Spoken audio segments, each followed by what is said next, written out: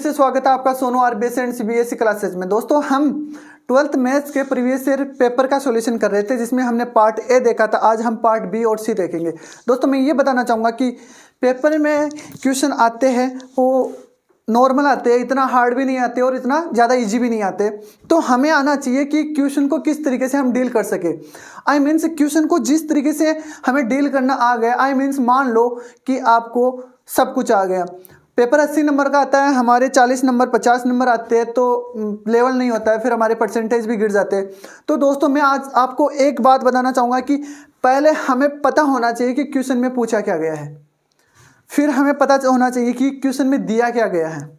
Okay, ये दो बातें हमें पता हो जाएगी तो हम निकाल लेंगे सॉल्यूशन। तो देखते हैं क्वेश्चन को किस तरीके से डील करते हैं, बड़ी ही आसान तरीके से। मुझे पता है आप सबका पढ़ा हुआ है सारा सिलेबस में, मैंने थोड़े बहुत टॉपिक करवाए हैं, मैं और भी करवाऊंगा, लेकिन अभी हमारे पास वक्त बहुत ही कम है तो मैं आपको क्वेश्चन करवाऊंगा। ओके गाइज, चलो देखते हैं 11 नंबर क्वेश्चन बहुत ही आसानी तरीके से पूछा गया है। मैं हिंदी और इंग्लिश दोनों में बोलूँगा। ओके, तो आई मीन्स मैनेज कर लेना, ठीक है। तो देखो 11 नंबर क्वेश्चन, यदि फलन f और g दोनों एक ही आच्छादक फलन है, ध्यान रखिए अगर कोई फलन एक ही और आच्छादक दिया है, आई मीन्स 1 1 और ऑन टू दिया है, यहाँ 1 1 और ऑन टू दिया है। अगर कोई फलन एक ही और आच्छादक है तो उसका इन्वर्स आई मीन्स प्रतिलोम एग्जिस्ट करेगा, उसका अस्तित्व होगा। प्रतिलोम का क्या होगा? अस्तित्व होगा, ठीक है। तो देखते हैं हम, चलो मैं क्वेश्चन आपने देख लिया, फिर पूछा क्या गया है। संयुक्त फलन गोफ एम गोफ इनवर्स परिभाषित हो तो प्रदर्शित कीजिए। क्या करना है हमें? G o f inverse equals to f inverse of g inverse, ठीक है। तो चलो देखते हैं हम, बड़ी ही आसान तरीके से इस क्वेश्चन को देखते हैं। देखो यहाँ एफ एक की आच्छादक है, आच्छादक है, तो एफ इनवर्स का क्या होगा? अस्तित्व होगा। एफ इनवर्स का अस्तित्व होगा, अस्तित्व होगा। ओके गाइज, क्या दिया हुआ है? अगर एफ 1 1 ऑन टू है तो एफ इनवर्स एग्जिस्ट करेगा। तो हम क्या करेंगे, चलो दो पार्टीशन जी को भी ले लेंगे। तो हम क्या करेंगे, एफ कोई फलन लेंगे ए से बी में, ठीक है। अगर वो एक ही आच्छादक है तो क्या है दोस्तों, एफ इनवर्स का अस्तित्व होगा, तो हम एफ इनवर्स निकाल देंगे। एफ इनवर्स क्या हो जाएगा? B to A. Okay, simple बात है, बी टू ए, ठीक है। मैं कोई अवयव लेता हूं ए से तो उसकी प्रतिबिंब कहाँ मिलेगा? बी में। इसी प्रकार एफ इनवर्स बी से कोई अवयव लिया तो उसका प्रतिबिंब कहाँ मिलेगा? ए में। इक्वेशन 1, ठीक है। इसी प्रकार जी एक की आच्छादक है तो जी इनवर्स का क्या होगा? अस्तित्व होगा। तो मैं ले लेता हूं जी बी से सी, और जी इनवर्स क्या हो जाएगा भाई? जी इनवर्स क्या हो जाएगा? सी से बी। ध्यान रखिएगा, मैंने जैसे किया है वैसे आपको नहीं करना है। ओके, क्यों? क्योंकि आपको नंबर चाहिए, ठीक है। तो लैंग्वेज लिखनी है आपको, ठीक है। और मैं लैंग्वेज लिखूंगा तो यानी कि वीडियो की लेंथ बहुत बड़ी हो जाएगी, ठीक है। तो देखते हैं, जिससे कोई अवयव लिया है तो उसकी इमेज सी में मिलेगी, और जी इनवर्स सी से कोई अवयव लिया तो उसकी इमेज बी में मिलेगी। समीकरण इसको 2 दे दिया। अब हमें क्या देखना है? गोफ और गोफ इनवर्स, ठीक है। तो गोफ कैसे बनेगा? पहले एफ देखो, एफ क्या कहाँ से कहाँ तक है? ए से बी तक, और जी कहाँ से कहाँ तक है? बी से सी तक।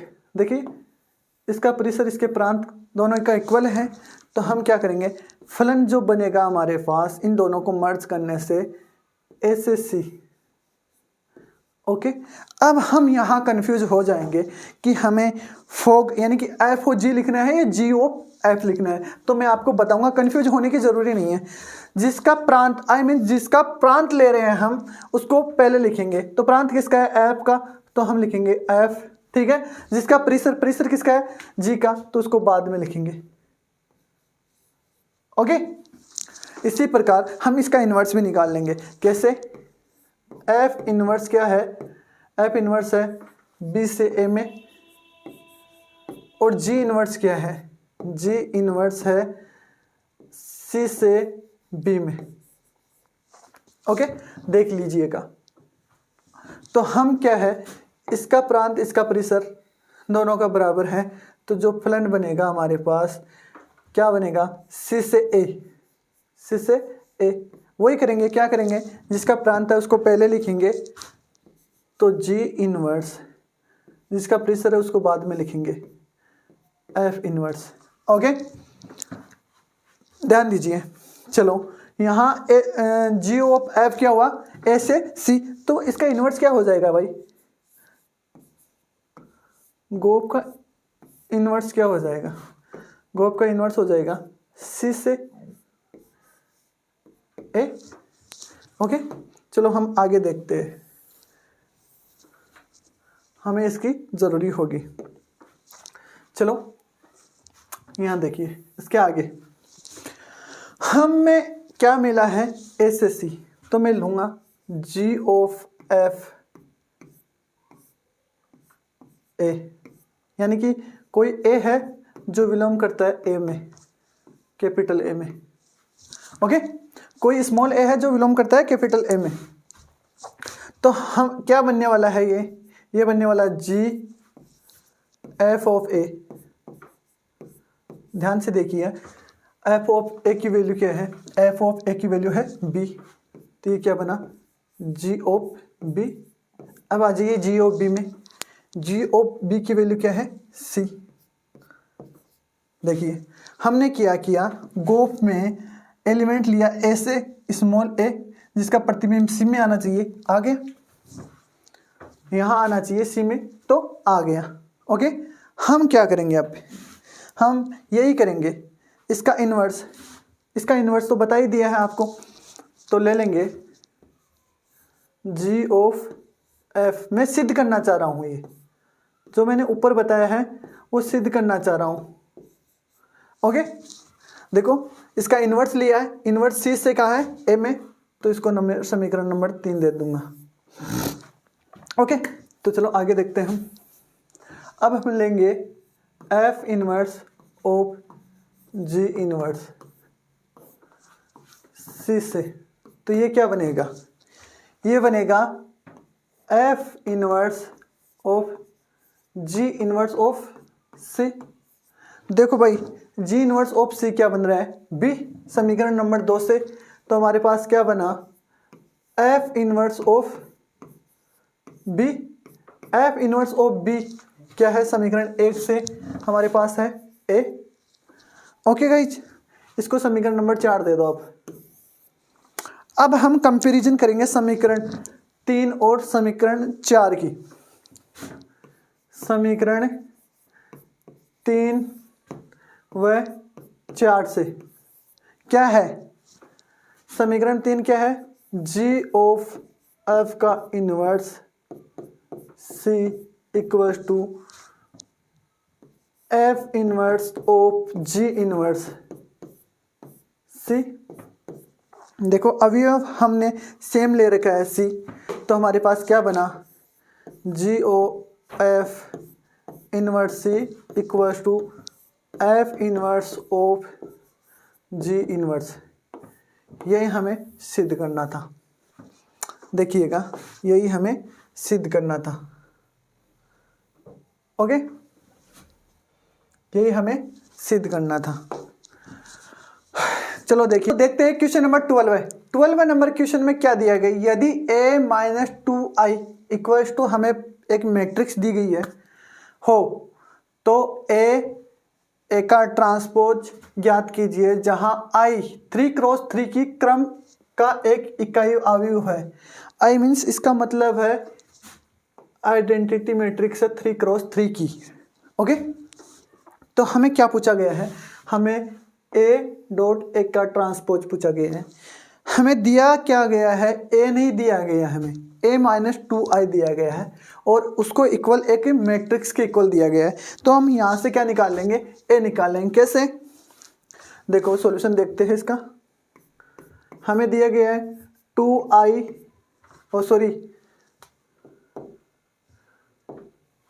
A-2I इक्वल्स टू हमें कोई मैट्रिक्स दी गई है। ठीक है, तो हम क्या करेंगे, हमें चाहिए A, तो इस 2I को इधर लेके आएंगे, मैट्रिक्स प्लस 2I। ओके, अब क्या करेंगे, I मतलब आइडेंटिटी मैट्रिक्स यानी कि इकाई मैट्रिक्स। तो हम करेंगे, हमें चाहिए A, तो देखिए A इक्वल्स टू, ये मैट्रिक्स क्या है, -1 2 -3 -2 1 1 3 -1 0।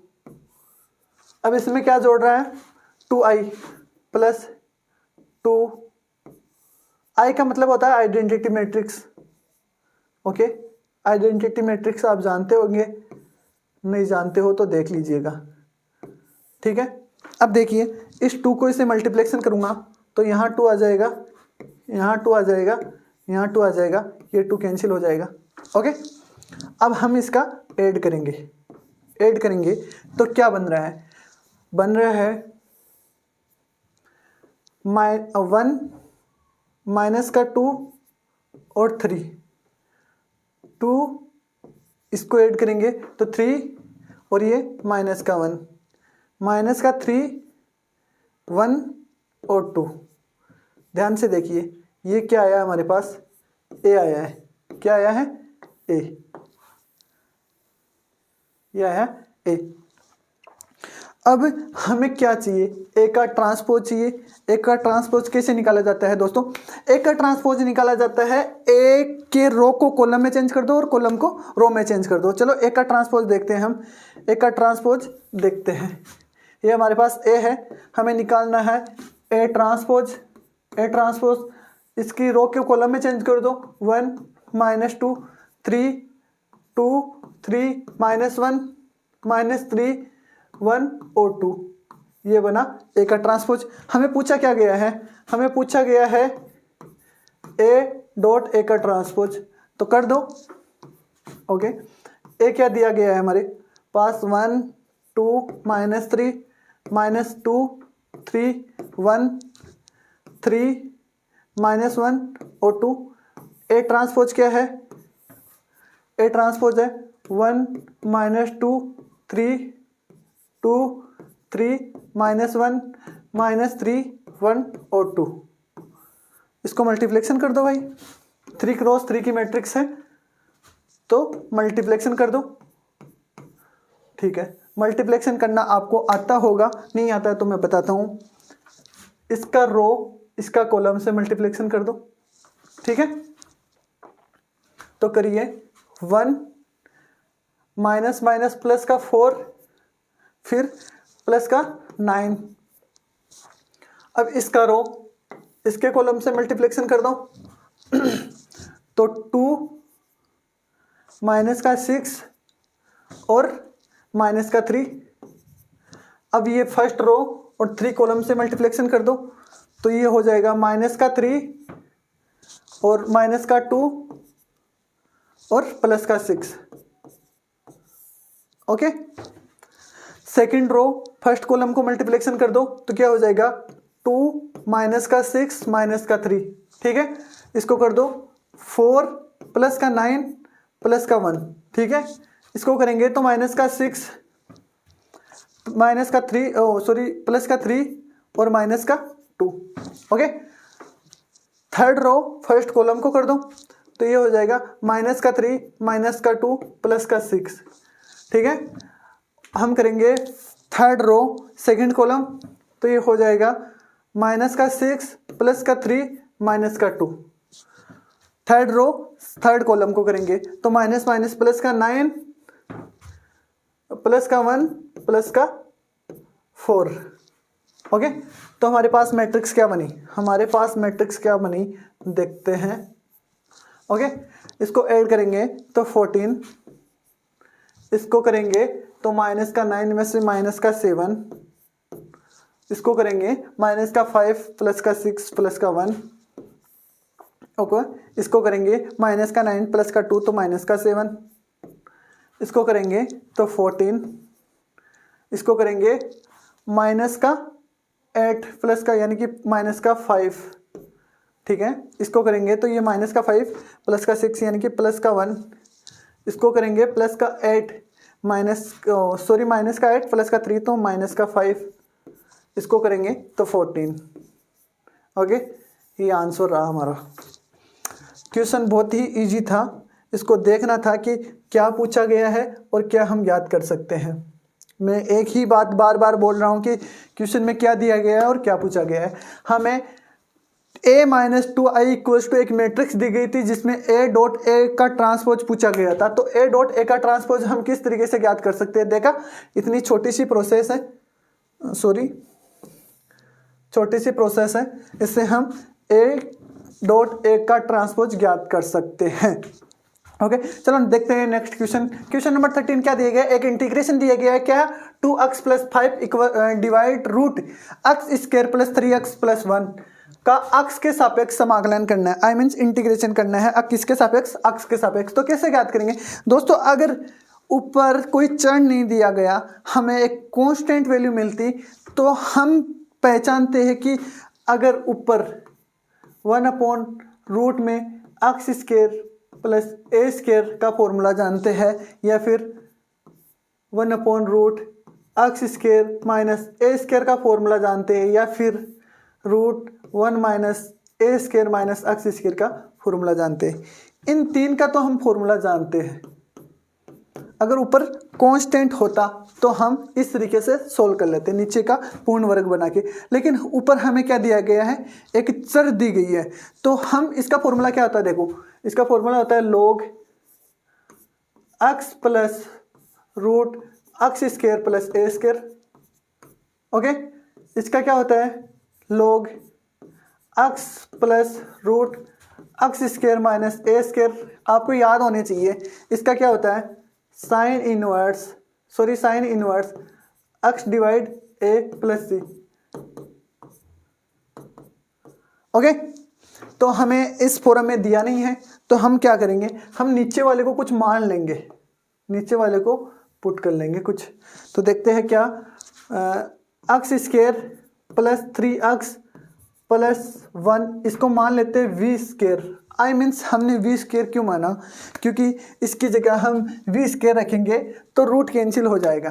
ठीक है, रूट कैंसिल हो जाएगा। अब हम इसके x के अकॉर्डिंग इसका इंटीग्रेशन करेंगे, अवकलन करेंगे, तो ये क्या हो जाएगा 2x plus 3 dx equals to 2v dv। ओके, तो अब हमें क्या दिया गया है 2x प्लस 5, लेकिन हमारे पास क्या आ रहा है 2x प्लस 3, तो हम इसको क्या कर देंगे, इसको पार्ट में तोड़ देंगे, दो पार्ट में तोड़ देंगे। तो हम क्या करेंगे, देखो इंटीग्रेशन 2x प्लस 3, 5 को मैं तोड़ रहा हूँ 3 प्लस 2 में। ठीक है, नीचे देखिए root x square plus 3x plus 1 dx। अब इसको अलग अलग कर लूँगा, 2x plus 3 root x square plus 3x plus 1 dx, एक प्लस का 2 root x square plus 3x plus 1 dx। देखो दोस्तों, हम क्या करेंगे, हम इसको सोल्व करेंगे इसी तरीके से। देखो, हमने इसको वी स्क्वायर माना था,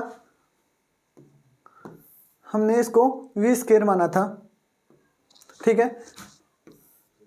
है, वी स्क्वायर माना था और उसका अवकलन किया, तो ऊपर क्या बन रहा है 2x प्लस 3, इसकी जगह क्या आया 2v dv। आई मीन्स इसकी जगह क्या आया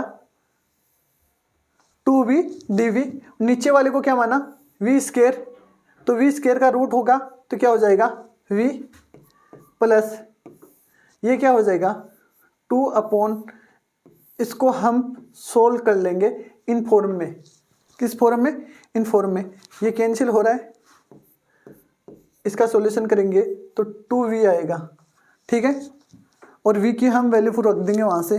तो पहले हम इसको सॉल्यूशन करते हैं, देखो इसको सॉल्यूशन करते हैं, okay, x square plus 3x plus 1, देखो मैं यहाँ कुछ इसको पूर्ण वर्ग बनाते हैं, x square plus 3x plus 1, इसका पूर्ण वर्ग कैसे बनाएंगे, एक्स के गुणांक का आधा करके वर्ग करके जोड़ेंगे और घटाएंगे, तो देखिए x square plus 3x plus आधा करेंगे तो 3/2 हो जाएगा, फिर इसका वर्ग करेंगे तो 9/4 जोड़ेंगे और 9/4 घटाएंगे, प्लस 1 है, तो ये पूर्ण वर्ग कैसे बन रहा है, x माइनस 3/2 ओ सॉरी प्लस का स्क्वायर माइनस ये बचा हमारे पास, इसको सोल्व करेंगे तो ये हो जाएगा 5/4, ओके, तो इसको x प्लस 3/2 का स्क्वायर माइनस √5/2 का स्क्वायर, इस फॉर्म में लिख सकते हैं। लेकिन ये फॉर्म कौन सी फॉर्म है, देखो x square minus A square, x square minus A square इस फॉर्म में आ गई, ठीक है, हम रखते हैं यहाँ वैल्यू, यहाँ वहाँ बना हमारे पास 2v प्लस ये 2 बाहर आ गया, 2 ये बाहर आ गया, हमारे पास कौन सी फॉर्म बनी 1/रूट एक्स स्क्वायर की जगह क्या बना x प्लस 3/2 का स्क्वायर माइनस ए स्क्वायर की जगह √5/2 का स्क्वायर और dx, इसका इस फॉर्मूले से कर दो, इस फॉर्मूले से करेंगे तो क्या बनने वाला है, देखिए इस फॉर्मूले से करेंगे तो क्या बनने वाला है, मैं 2v की वैल्यू पुट करूंगा, 2v को हमने क्या बना था x square plus 3x plus 1, ये v को माना था प्लस 2, अब इसको सोल्व करेंगे तो ये ए square x square minus A square का फॉर्मूला बन रहा है, तो ये होता है log x की जगह क्या है x plus 3/2 plus root A square x square minus A square, तो आई मीन्स ये इसको सोल्व करेंगे तो ये का यही हो जाएगा X square plus 3x plus 1 plus C. दोस्तों इंटीग्रेशन का पूरा का सॉल्यूशन ये है, देख लीजिएगा पूरा इंटीग्रेशन का सॉल्यूशन क्या मिला हमें। एक बार फिर से बताना चाहूँगा आपको कि हमने पहले इसको v मान लिया, फिर इसका अवकलन कर लिया, अवकलन किया तो क्या हुआ 2x plus 3 equals dx equals to 2v dv। दोस्तों हम ऊपर इस फॉर्म को बनाएंगे तो इसका क्या करेंगे, दो पार्टों में इसका विभाजन कर लेंगे और विभाजन करने के बाद उनको अलग अलग कर लेंगे, जो पुट किया आई मीन्स प्रतिस्थापन से हम सोल्व कर लेंगे। और अगर आपको प्रतिस्थापन नहीं आता है तो हमने करवा रखा है, हमारे चैनल की प्लेलिस्ट में जाके प्रतिस्थापन को देख लीजिएगा, आपको इजी वे में समझ में आ जाएगा, ठीक है। ऐसे सोल्व कर लेते हैं, आई मीन्स आपको समझ में आ गया होगा। हम क्वेश्चन नंबर 14 देखते हैं। क्वेश्चन नंबर 14 क्या है ये सबसे इजी क्वेश्चन है दोस्तों, ये क्वेश्चन एयरपोर्ट्स में आता है, जेईई मेंस में आता है। ये क्वेश्चन हमारा जो दूसरा चैनल है सोनू कंपटीशन क्लासेज, उसमें हम आपको एयरफोर्स जेईई नेवी सब की तैयारी करवाते हैं, कम्पिटिटिव एग्जाम की भी तैयारी करवाते हैं, तो वहाँ अच्छे से करवाया गया है, मैं आपको यहाँ भी करवा दूँगा। देखिए हम ले लेंगे इसको, मान लेंगे पहले, माना y इक्वल्स टू, देखो हमें पूछा क्या गया है, हमें पूछा गया है y equals to plus y equals to root log x plus root log x plus root log x कहाँ तक है, इन्फिनिट टाइम तक है। तो हम क्या करेंगे, हम मान लेंगे इसको log x plus log x plus log x ऐसे इन्फिनिटिव टाइम तक है। तो हम क्या करेंगे, देखो y equals to root log x है।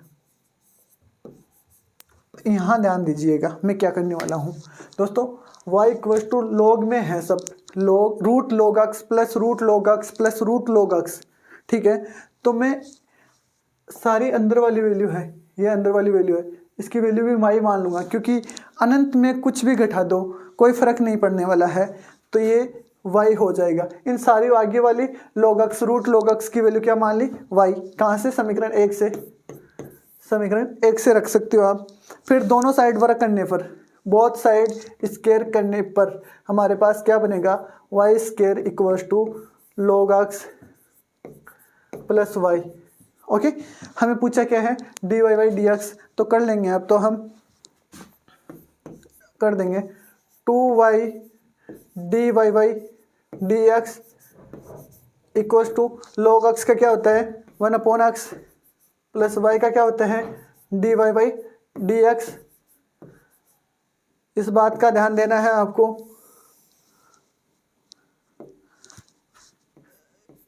कि dy बाई dx पूछा है तो इन पदों को एक साइड कर लेंगे, dy बाई dx, इस साइड क्या है 2y, इसको इधर लेके आएंगे तो -1 इक्वल्स टू 1/x, जो पूछा है वो निकाल लेंगे, क्या पूछा है dy by dx equals to 1/x, इसको डिवाइड कर देंगे 2y माइनस 1। ओके, यही पूछा गया है।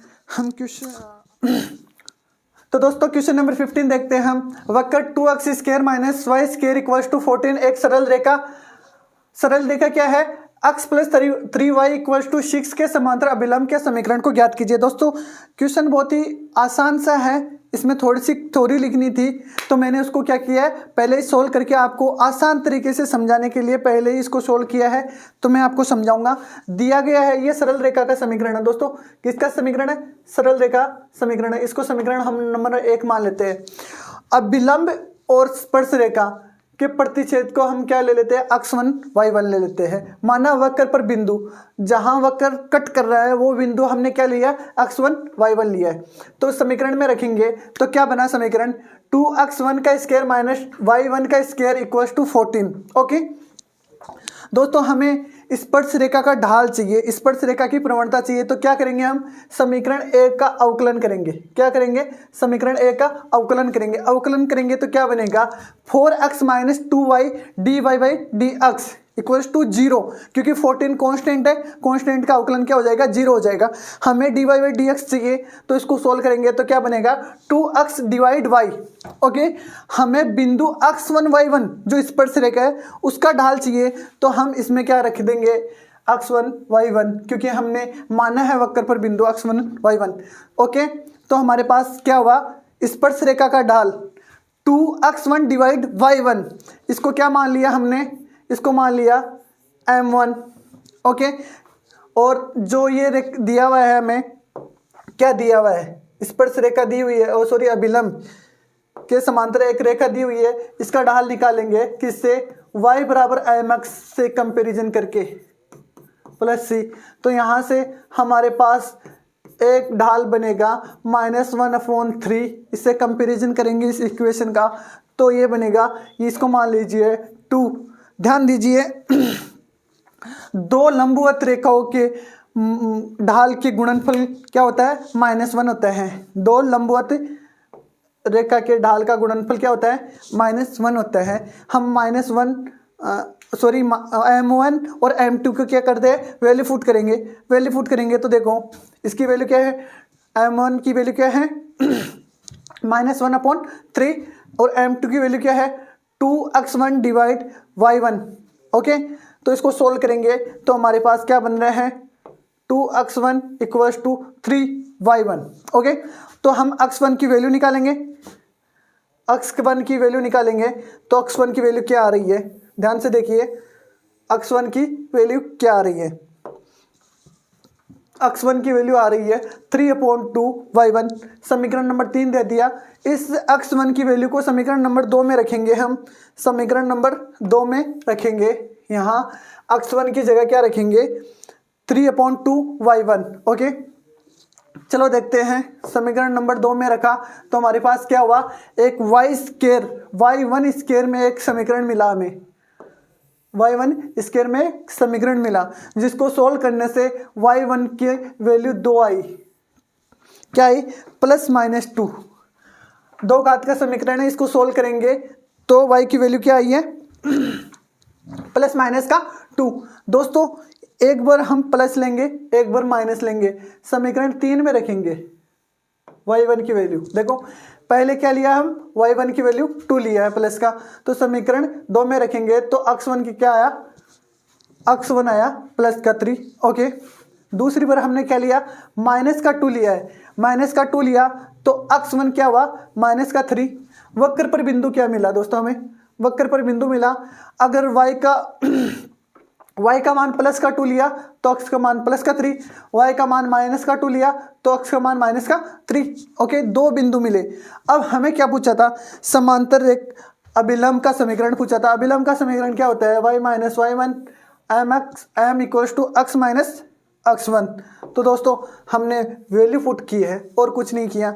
अब बिंदु हम 2 और 3 से वैल्यू पुट करेंगे तो हमारे पास ये समीकरण बन रहा है, इसको सोल्व करेंगे आसानी से। अगर ये -3 - 2 की वैल्यू पुट करेंगे इस समीकरण में तो हमारे पास क्या बन रहा है, ये बन रहा है। हमें बस आसानी से इतना ही पूछा गया था, अभिलंब के समांतर समीकरण, जो क्या मिला है देख लीजिए। ओके, इसको आप नोट कर लीजिए, समझ लीजिए पूछा क्या गया है। ठीक है, ये बात आपको समझ में आई होगी कि 2 लंबवत रेखाओं के ढाल का गुणनफल क्या होता है, -1 होता है। ओके, चलो क्वेश्चन नंबर देखते हैं हम 16 नंबर क्वेश्चन। बहुत ही आसान सा क्वेश्चन है दोस्तों, लेकिन ऐसे क्वेश्चन जेईई मेन में पूछे जाते हैं। अब आप देखोगे कि ये तो बहुत ही आसान क्वेश्चन है, आसान तो है लेकिन हम सोल्व करेंगे तब पता चलेगा कि किस तरीके का क्वेश्चन है। देखो क्या दिया गया है, निम्न त्रिकोणमितीय समीकरण को हल कीजिए। दोस्तों ये इनवर्स त्रिकोणमिति का है, यानी कि प्रतिलोम त्रिकोणमितीय समीकरण है। इससे हमें अक्ष का मान पूछा है, सरल करेंगे तो अक्ष की वैल्यू क्या होगी। देखो दोस्तों हम जानते हैं, क्या जानते हैं हम, साइन इनवर्स अक्ष प्लस साइन इनवर्स y का फॉर्मूला जानते हैं। क्या होता है sine inverse x plus sine inverse y का फॉर्मूला होता है साइन इनवर्स x √1 - y²। अगर प्लस है तो प्लस y √1 - x²। ओके दोस्तों, अब ध्यान दीजिए, x की जगह है x, y की जगह है 2x। देखो और देखो इक्वल्स टू हमें दिया है π/3।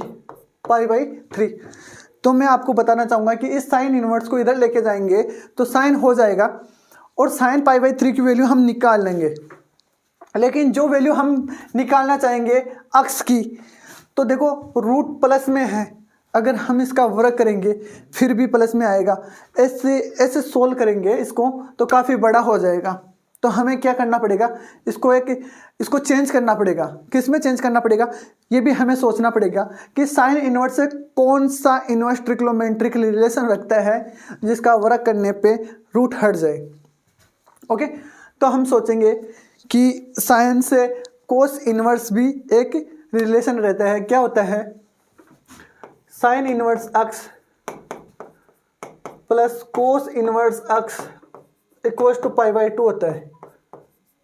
ओके दोस्तों, अब हम कोस में चेंज करके क्या मिलेगा, हमें कोस में चेंज करके हमें क्या मिलेगा देखते हैं। देखो कोस inverse x plus cos inverse y का फॉर्मूला बनेगा, जो साइन में दिया है हम निकाल सकते हैं। लेकिन करना क्या है, हमें करना क्या है, देखो इसको क्या करना है पहले देखते हैं हम कि कोस inverse x plus cos inverse y का फॉर्मूला क्या होता है। भाई इसका फॉर्मूला होता है कोस इनवर्स एक्स वाई। ध्यान दीजिए, ये बात समझने वाली है, मैं जो समझाने चाह रहा हूँ ये बात है कि हमने कोस में चेंज करने से क्या फ़ायदा होगा। कोस में चेंज करने से ये रूट यहाँ अलग अलग था, आई मीन्स अलग अलग का मतलब है ये प्लस ये। अगर हम दोनों तरफ इसका स्क्वायर करेंगे तो क्या होगा, इसका स्क्वायर प्लस इसका स्क्वायर +2 फिर ये आ जाएगा। ओके, तो काफ़ी बड़ा हो जाएगा, फिर इसका फिर से स्क्वायर करना पड़ेगा, तो हमें इतना बड़ा ना करना पड़े, इसीलिए इस फॉर्म में लेके आ रहे हैं। ठीक है, और जेई में भी इसीलिए ये क्वेश्चन दिया जाता है, क्योंकि जेई में 12th वाले स्टूडेंट इसका साइन में सोल्व करके फिर स्क्वायर करके फिर स्क्वायर करेंगे तो काफ़ी बड़ी फॉर्म बन जाएगी, और टाइम तो आपको पता ही है कितना लगेगा, इसमें ही टाइम लगेगा तो उसमें तो लगना ही है। चलो देखते हैं कोस inverse x plus cos inverse y का फॉर्मूला क्या है। दोस्तों अगर यहाँ प्लस है तो मैं यहाँ माइनस लगाऊंगा, मैंने समझा रखा है सारे फॉर्मूले। तो देखिए √1 - x², यहाँ मल्टीप्लेक्शन में है, यहाँ देखिए दोनों रूट मल्टीप्लेक्शन में है। इसका फ़ायदा क्या होगा, इसका फ़ायदा ये होगा कि हम इसका स्क्वायर करेंगे तो ये एक बार आएगा। ओके, चलो फॉर्मूला लगा देते हैं। क्या हुआ, पहले तो हम चेंज करते हैं इसको साइन से कोस में, तो साइन से कोस में चेंज करेंगे। देखो यहाँ से ये फॉर्मूला लगा के करेंगे तो साइन इनवर्स x की जगह क्या आ जाएगा, π/2 - कोस इनवर्स x। ओके गाइज, ध्यान से देखिए, साइन इनवर्स x की जगह क्या आ जाएगा, sorry π/2 - sine inverse x, oh sorry cos inverse x, cos inverse x क्या था, साइन इनवर्स x था, तो इसकी जगह क्या लिखा, π/2 - कोस इनवर्स x। फिर यहाँ प्लस है, प्लस लगाया। अब साइन इनवर्स 2x को भी चेंज करेंगे, 2x को चेंज करेंगे तो ये क्या हो जाएगा, π/2 - कोस इनवर्स 2x। ध्यान दीजिएगा 2x, ओके, इक्वल्स टू क्या है, π/3। अब ध्यान देना है इसको कैसे सोल्व करना है। अब तो मीन्स आपको आ गया होगा, नहीं आया तो भी देख लीजिएगा। बस बड़ा ही आसान सा यही समझाने वाला था इसमें, और देख लो इसको सोल्व करेंगे तो कैसे बन रहे हैं, π/2, यहाँ π/2 प्लस का है, यहाँ π/2 प्लस का है, दोनों जुड़ेंगे तो क्या आ जाएगा, पाई आ जाएगा। ओके, यहाँ माइनस का है कोस इनवर्स x माइनस का कोस इनवर्स 2x इक्वल्स टू π/3। हमें सोल्व करना है इसको आसान तरीके से, तो कैसे करेंगे, इसको आसान तरीके से सोल्व करना है तो ये हो जाएगा cos inverse x plus cos inverse 2x equals to π - π/3। Okay, ये π/3 क्या हो जाएगा, 2π/3। ओके गाइज, ठीक है, चलो देखते हैं इसको। कोस inverse x plus cos inverse y का फॉर्मूला लगा देंगे। कोस inverse x plus cos inverse y का फॉर्मूला क्या है, मैंने लिख रखा है, मैं अप्लाई करूंगा डायरेक्ट। तो ये क्या हो जाएगा, कोस इनवर्स, ध्यान से देखिए, x प्लस y का फॉर्मूला क्या होता है, x.y, यानी कि पहले इनका क्या करना है, मल्टीप्लेक्शन करना है। x y की जगह क्या है, 2x। ओके, फिर यहाँ प्लस है तो इसमें फॉर्मूले में क्या है, माइनस, तो माइनस लगा दिया। √x 1 - x², 1 - x², फिर √1 - y² की जगह 2x, तो मैं करूँगा तो ये हो जाएगा 4x²। ओके ओके गाइज, चलो देखते हैं इसको सोल्व करेंगे तो क्या बनेगा हमारे पास। ध्यान से देखिए, इसके आगे कर रहा हूँ, कोस इनवर्स ये हो जाएगा 2x² minus 1 - x², 1 - 4x² equals to 2π/3। अब देखो कोस इनवर्स को मैं इधर लेके आऊंगा तो ये क्या बन जाएगा, cos 2π/3, 2x² minus 1 - x², √1 - 4x² equals to cos 2π/3। इसकी वैल्यू क्या होती है दोस्तों, -1/2। ओके, इतनी छोटी छोटी बातें तो आपको बतानी नहीं होगी, क्योंकि आप सब जानते हो ये बातें 11th की है, 10th की है। ओके, तो चलो देखते हैं, इसको सोल्व करेंगे। अब हम रूट वाले को एक साइड लेके आ जाएंगे, तो क्या बनेगा, 2x² plus 1/2 equals to 1 - x² √1 - 4x²। Both side क्या कर देंगे भाई, इसका स्क्वायर करना है, दोनों साइड स्क्वायर करेंगे तो क्या बनने वाला है, देखिए ध्यान से, स्क्वायर करेंगे तो ये हो जाएगा 4x की power 4 plus 1/4 plus 2x square dot 1/2। Okay, चलो इसको सोल्व करेंगे तो ये क्या बन जाएगा 1 minus x square 1 minus 4x square. Okay, इसको हम आसान तरीके से सोल्व करने वाले हैं, मैं आपको ज़्यादा बड़ा तरीका नहीं बताऊंगा। ओके, तो आसान तरीके से इसको सोल्व करेंगे। आसान तरीके से सोल्व करने पे क्या बन रहा है ओके, तो ये कैंसिल हो गया तो ये क्या बना 4x की power 4 plus 1/4 plus 2x square equals to, इसको सोल्व करेंगे तो ये क्या बन रहा है 1 minus x square minus 4x minus minus plus 4x की पावर 4। ओके, चलो देखो ये कैंसिल हो रहा है, ठीक है, इसको देखना होगा। ये इधर माइनस का इधर जाएंगे तो प्लस का हो जाएगा, तो क्या बनने वाला है प्लस का 3x स्क्वायर, ये भी इधर जाएगा तो प्लस का 4x ये है ये अपनी जगह, तो और ये इधर जाएगा तो क्या हो जाएगा माइनस का, तो 5/4 माइनस 1 तो क्या हो जाएगा माइनस 3/4। Okay, equals to 0। इसको ऐसे भी लिख सकते हैं। हमें किसकी वैल्यू निकालनी है, हमें वैल्यू निकालनी है x की, तो कैसे निकालेंगे द्विघात समीकरण को सोल्व करके, ये तो आपको आ ही जाएगा मेरी आवाज़ थोड़ी दब रही है क्योंकि बहुत ज़्यादा बोलने से। ओके, तो इसको सोल्व करेंगे तो हमारे पास क्या आने वाला है दोस्तों, मैं डायरेक्ट लिखूंगा, आपको सोल्व करना है प्लस माइनस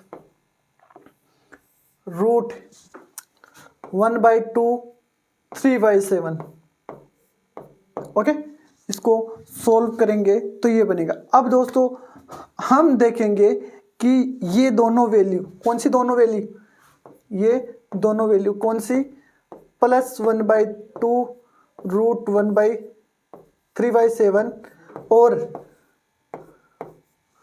माइनस 1/2 रूट 3/7, ये दोनों वैल्यू एग्जिस्ट करती है या नहीं करती है, इसके बारे में हम यहाँ रख के देखेंगे। कहाँ रख के देखेंगे, इस समीकरण में रख के देखेंगे तो ये एग्जिस्ट नहीं करती है, ये एग्जिस्ट नहीं करती है, ये एग्जिस्ट नहीं करती है। ओके, अगर नहीं करती है तो ये माइनस वाली कैंसिल हो जाएगी और x का मान क्या आया, x की वैल्यू आई 1/2 रूट 3/7। ओके, चलो दोस्तों हमने 16 नंबर क्वेश्चन को बहुत ही आसान तरीके से देख लिया। क्वेश्चन नंबर 17 देखेंगे। क्वेश्चन नंबर 17 भी बहुत ही ओके गाइस, क्वेश्चन नंबर 17 देखते हैं। सिद्ध कीजिए कि आई मीन्स प्रूव करना है, क्या करना है, एक डिटर्मिनेंट दिया हुआ है 1 plus a 1 plus b 1, okay, और 1 प्लस c इक्वल्स टू क्या सिद्ध करना है हमें, ABC 1 plus 1/a plus 1/b plus 1/c। I mean ये बहुत ही आसान क्वेश्चन है, डिटर्मिनेंट का सबसे आसान क्वेश्चन है। इसको देखना पड़ेगा कि किस तरीके से सोल्व करना है। चलो मैं डिटर्मिनेंट लिखता हूँ, क्या है मैं आपको आसान तरीके से समझाऊंगा। 1 plus a 1 plus b 1 plus c। Okay, इसको आसान तरीके से देखना है। हमें क्या बनाना है, हमें बनाना है ये वाली बात। पहली बात तो ये देखनी है कि हमें क्या बनाना है, ये बनाना है, यानी कि अपॉन में लेके आना है, 1 के डिवाइड में लेके आना है सबको, तो डिवाइड में लेके आएंगे। देखो ध्यान से, मैं पूरा रो 1 को ए से डिवाइड कर रहा हूँ। किससे डिवाइड कर रहा हूँ, ए से डिवाइड कर रहा हूँ। अगर मैं डिवाइड कर रहा हूँ तो इसको मल्टीप्लिकेशन भी करना पड़ेगा भाई। अगर मैं किसी को सारणी के रो को या कॉलम को किसी से डिवाइड कर रहा हूँ या मल्टीप्लेक्शन कर रहा हूँ तो उसको अपोजिट से डिवाइड, यानी कि अगर डिवाइड कर रहा हूँ तो मल्टीप्लेक्शन करना पड़ेगा, मल्टीप्लेक्शन करना हो तो डिवाइड करना पड़ेगा। आई मीन्स मैं ए से डिवाइड कर रहा हूँ तो हमें यहाँ ए से क्या करना पड़ेगा, मल्टीप्लेक्शन करना पड़ेगा। और जो रो है सेकेंड नंबर की R2 उसको 20 से मल्टीप्लेक्शन कर रहा हूँ और डिवाइड कर रहा हूँ पूरी रो को, तो यहाँ मैं 20 से मल्टीप्लेक्शन भी करूँगा। ओके, ये क्यों कर रहा हूँ मैं, क्योंकि मुझे इस फॉर्म में लेके आना है। ओके, और जो रो नंबर 3 है R3 है उसको मैं 6 से डिवाइड करूँगा, पूरी को 6 से डिवाइड करूँगा, तो इसको 6 से मल्टीप्लेक्शन करना पड़ेगा। आपको ये बात तो समझ में आ गई होगी। फिर हम इसको सोल्व करेंगे।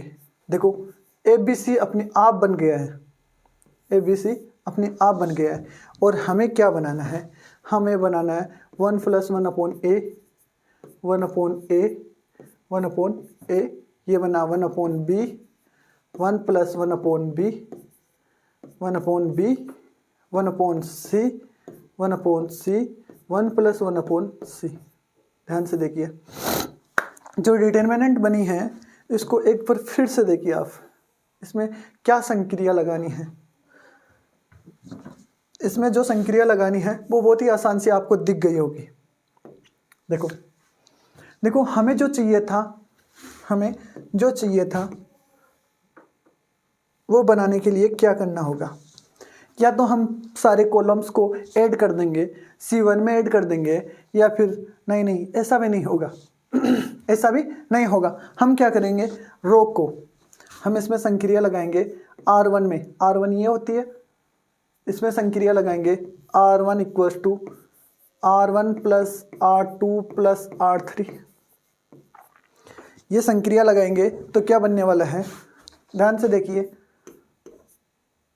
ABC R1 में हमें जोड़ना है सारे, R1 में ये जोड़ना है, तो क्या बन रहा है 1 + 1/a + 1/b + 1/c।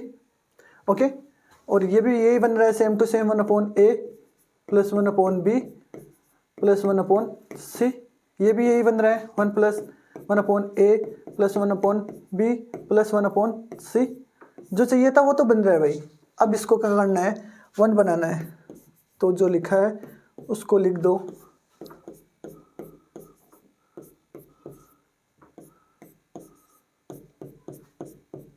ओके, अब क्या करेंगे, R1 से हम कॉमन निकाल लेंगे, जो हमें चाहिए वो मिल गया, और जो चाहिए मिल जाए फिर क्या चाहिए हमें, ठीक है।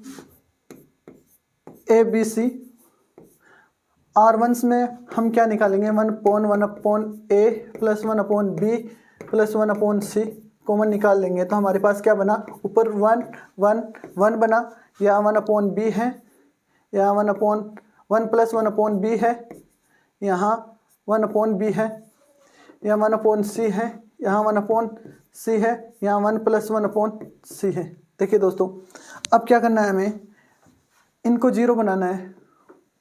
हमें सारणी को अगर ऐसे सोल्व करेंगे तो बहुत बड़ी हो जाएगी, अगर इसको 0 बना देंगे तो हमें इसके सापेक्ष से सारणी का मान ज्ञात करना पड़ेगा। ओके, तो कैसे करेंगे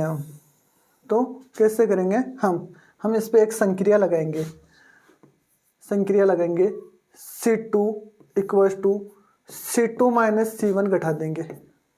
ओके, इसको फिक्स रख रहे हैं हम, और इसमें से ये घटा रहे हैं, तो ये ऊपर वाला 0 बन जाएगा।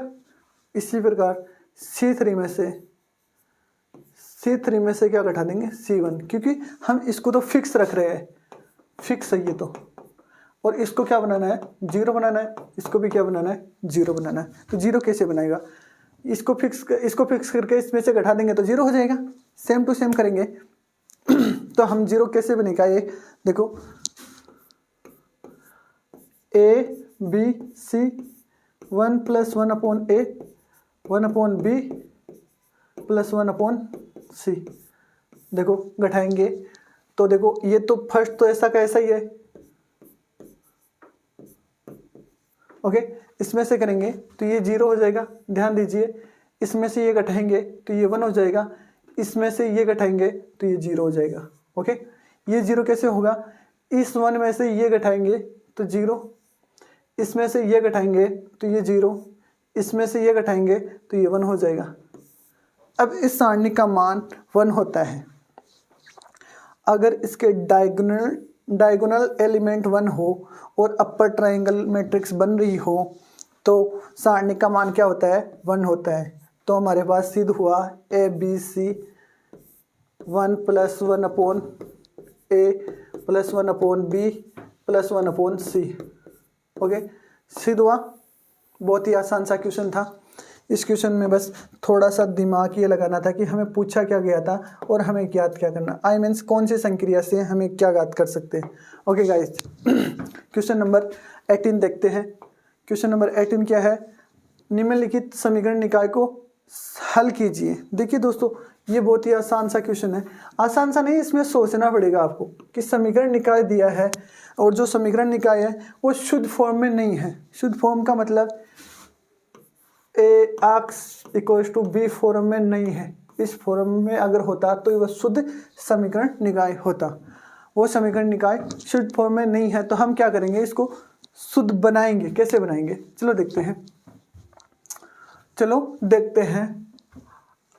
दो मैट्रिक्स को अगर हम सरल करेंगे, अगर दो मैट्रिक्स को मल्टीप्लेक्शन या एडिशन करके अगर वो इक्वल है तो उनके क्या है, संगत घटक भी क्या होते हैं, बराबर होते हैं। तो पहले इस मैट्रिक्स को हम सरल करेंगे, फिर इनका एडिशन करेंगे और फिर इनके संगत घटक को इक्वल करेंगे, फिर वो शुद्ध निकाय में बनेगी। तो इस क्वेश्चन को हम नेक्स्ट पार्ट में बनाएंगे क्योंकि क्वेश्चन बहुत बड़ा हो जाएगा, आई मीन्स वीडियो बहुत बड़ा हो जाएगा। थैंक यू दोस्तों।